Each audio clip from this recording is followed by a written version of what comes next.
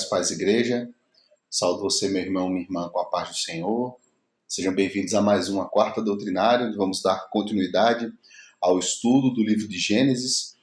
E nesta quarta eu convido a igreja a abrir a palavra do nosso Deus em Gênesis, capítulo 6. Nós vamos tratar acerca da corrupção do gênero humano e ali aquela parte do dilúvio que trata sobre Noé também. Mas antes, eu convido a todos que estão assistindo essa transmissão a juntos orarmos ao nosso Deus. Senhor, graças te damos, nós somos gratos a Ti por tudo que Tu tens feito no nosso meio, pelo Teu zelo e cuidado para com a nossa igreja. Peço a Ti, Senhor, que Tu derrames da Tua misericórdia sobre as nossas vidas na noite de hoje, Senhor. Pedimos a Ti que Tu nos auxilie no entendimento da Tua palavra e que Tu possas também nos dar da Tua porção essa noite, Senhor.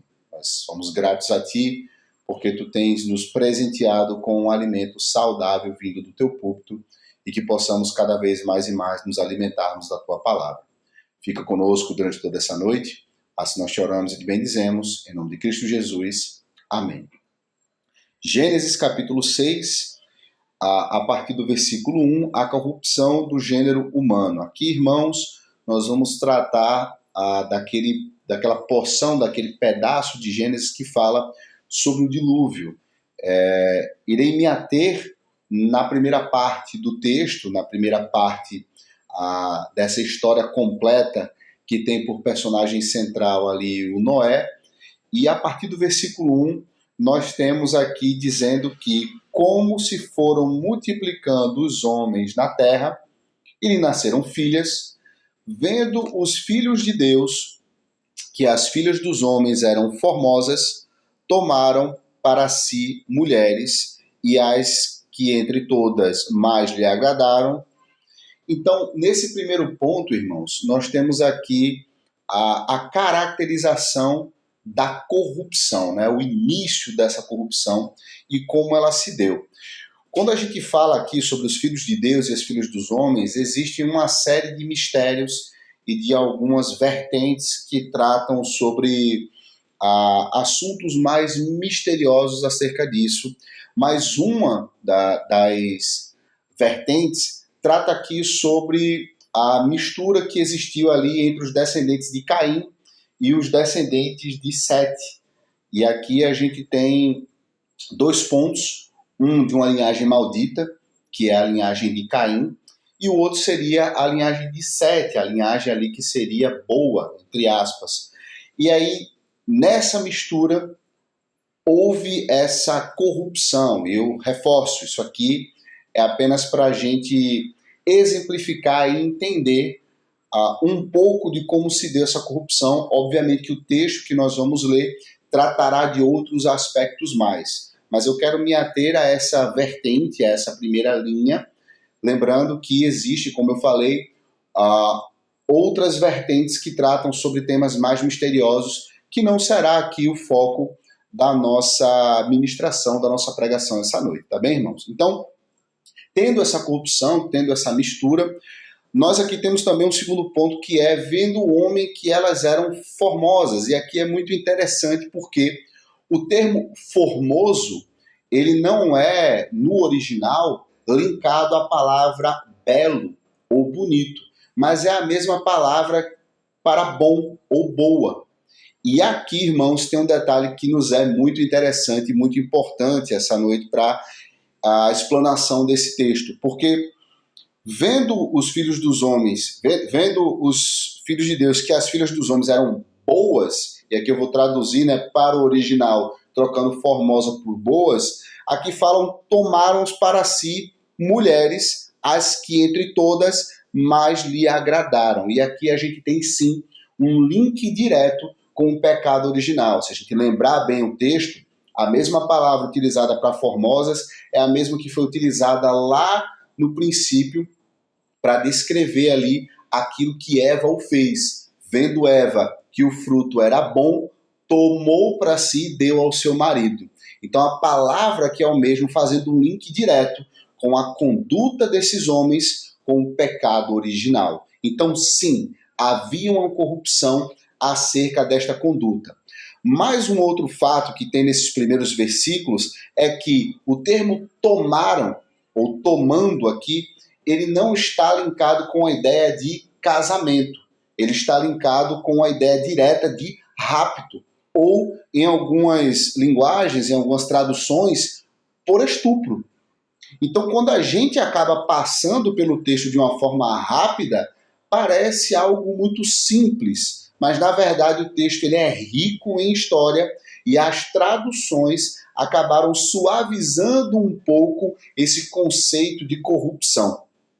Seguindo o texto, a palavra diz a partir do versículo 3: Então disse o Senhor, o meu espírito não agirá para sempre no homem, pois este é carnal. E o Senhor assim o faz justamente por causa desses aspectos dos primeiros versículos. Ele observa ali uma violência que existe acerca de uma mistura inicial e uma corrupção acerca daquilo que fora criado por ele para ser bom, ou seja, a união entre um homem e uma mulher, para que os dois se formem uma só carne. Aqui foi totalmente desvirtuado por essa linhagem corrupta que está se formando, ou que se formara nesses primeiros anos após a queda do homem. E os seus dias serão 120 anos. Versículo 4. Ora, naquele tempo havia gigantes na terra, e também depois, quanto aos filhos de Deus possuírem filhos dos homens, as quais lhe deram filhos, esses foram valentes, varões de renome na antiguidade. Aqui temos dois aspectos, irmãos. Primeiro, o termo gigante, sim, se retratavam de homens de alta estatura, mas o termo valente também faz um link ao termo gigantes, porque no contexto geral, a ideia aqui eram de homens extremamente violentos, pessoas que partiam para a guerra, pessoas que formavam combates, pessoas que viviam dessa forma. Então, sim, os gigantes eles retratam sobre homens de alta estatura, isso é uma verdade, mas o conceito aqui ele se mistura junto com o de valentes para criar um conceito de violência. Então, se a gente for costurar o que começamos falando, nós vemos aqui uma corrupção e uma mistura de linhagens, nós vemos que isso gera uma outra violência, uma situação sexual, que remete ali à prática do pecado original, pois observa algo que é bom, que é formoso e que não o é, toma para si, com uma forma de violência, o que é gerado dessa violência é mais violência, pois o fruto daquele pecado gerou mais pecado, varões valentes da antiguidade que tratavam o mundo como um grande campo de batalha e era violência em cima de violência.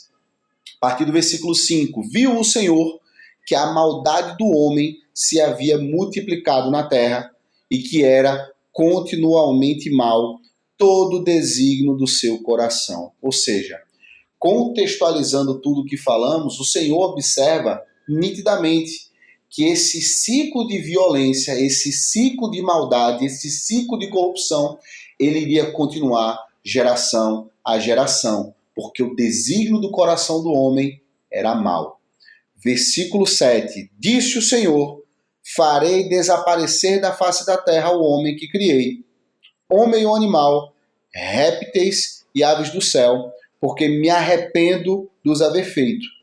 Vamos ler até aqui, irmãos. Então, o Senhor, obviamente, ele não é que se arrependeu. Nós já falamos isso em outras quartas doutrinárias, certamente em algumas outras ministrações, pregações, sermões que foram explanados, já foi tratado esse conceito de o Senhor se arrependeu do mal que o fizeram, ou o Senhor se arrependeu de alguma coisa. Não é que Deus nitidamente tenha se arrependido de ter feito o homem, mas, obviamente, o Senhor ele se entristeceu diante desse cenário, porque não era o plano original, não era o intuito original da criação ter se tornado o que está se tornando. Então, nos olhos do Criador, obviamente, havia uma tristeza acerca de tudo isso que acontecera. Porém, eu pulei do versículo 5 para o 7 para que a gente se atentasse ao versículo 6 de uma forma separada, porque no versículo 6 também fala sobre arrependimento, mas o Senhor ele traz um outro termo que nos é muito interessante, que diz: então se arrependeu o Senhor de ter feito o homem da terra, isto lhe pesou o coração. Obviamente que a palavra ela segue uma lógica, e aqui eu me faço dessa artimanha de pular um versículo e voltar para ele, porque o termo pesou o coração, ele traz um conceito de uma ira, de uma indignação de Deus mesmo. Então, não é só que o Senhor observou aquilo e ficou triste, não. Ele se irou diante daquela situação, ele ficou indignado de ver que aquilo que foi criado, e ele mesmo disse, isso é muito bom, se tornara uma situação onde ele se arrependera de ter o feito. Então, assim, irmãos, o sentimento do Senhor aqui, ele é muito duro em relação à situação que estava acontecendo, porque a situação, ela era, de fato, muito difícil. Então, o cenário da terra nesse momento era esse. Como eu falei anteriormente, a gente lendo aqui esses primeiros 7 versículos do capítulo 6 de Gênesis, parece uma situação muito simples. Quando a gente para ler o texto de uma forma rápida, a gente entende que são algumas coisas que estão acontecendo, que Deus se irritou, enfim. Mas quando a gente se debruça um pouco mais no texto, a gente entende que a coisa não é bem por aí. Era muito mais profundo, era muito mais corrompido, era muito mais podre do que talvez a tradução que temos em nossas mãos nos revele. E aqui, irmãos, diante desse cenário, diante dessa situação difícil, diante dessa situação que não há uma solução e de uma decisão tomada pelo Senhor, que é a destruição total da criação, nós chegamos ao versículo de número 8, que diz: porém, Noé achou graça diante do Senhor. E é interessante, irmãos, porque achar graça diante de Deus numa situação dessa é, de fato, achar uma agulha num palheiro. A corrupção era tanta que foi tomada a humanidade acerca desse comportamento, dessa cultura, que se tornou comum as coisas serem assim.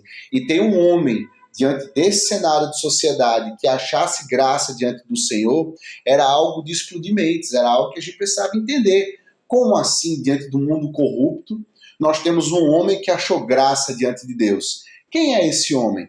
O que ele fez? O que é que ele fazia que era tão diferente a ponto do Senhor se agradar dele? E aqui, irmãos, para finalizarmos a explanação do texto, vem de forma muito simples a explicação do porquê que Noé achou graça diante de Deus. Versículo 9 começa dizendo: eis a história de Noé. Noé era homem justo e íntegro entre os seus contemporâneos. Noé andava com Deus. Ponto. Diante de um cenário terrível da humanidade, um homem que era justo e íntegro entre os contemporâneos e que andava com Deus era suficiente para achar graça diante do Senhor. Será que vocês conseguem me compreender um pouco? Porque, olhando para o texto e diante do que tratamos, não é muito difícil de fazermos um paralelo com os dias de hoje. Obviamente que nós não temos valentes pelo mundo provocando guerras de uma forma legalizada ou comum, mas a violência está aí, irmãos. É só olharmos os noticiários, é só acompanharmos as notícias e vamos ver que o mundo, ele não é um lugar bom. É um lugar terrível, um lugar mau, onde a violência está dentro das casas, nas ruas, nos locais coletivos. A violência está em todo canto. Situações de violência contra mulheres, abusos sexuais, brigas, guerras, homicídios, é muito comum. Se colocarmos na TV um noticiário qualquer, num desses programas que rotineiramente passam na TV aberta, nós vamos ver que todos os dias muitas e muitas pessoas, dezenas, talvez centenas de pessoas da nossa localidade, elas morrem. Frutos de injustiça, frutos de homicídio, frutos de latrocínio, frutos de roubo e uma série de outras atrocidades que acontecem no nosso dia a dia. O mundo aqui retratado em Gênesis 6 não me parece muito diferente do mundo em que vivemos hoje em dia, irmãos. Então, como fazer para achar graça diante do Senhor? A Bíblia nos traz aqui, irmãos, a história de Noé, resumida em poucas palavras. Noé era um homem justo e íntegro. Entre os seus contemporâneos, Noé andava com Deus. Ponto. A nós, a principal lição desse texto é, diante de um cenário difícil, corrupto, permaneçamos justos e íntegros entre estes que habitam a terra conosco e permaneçamos andando com Deus.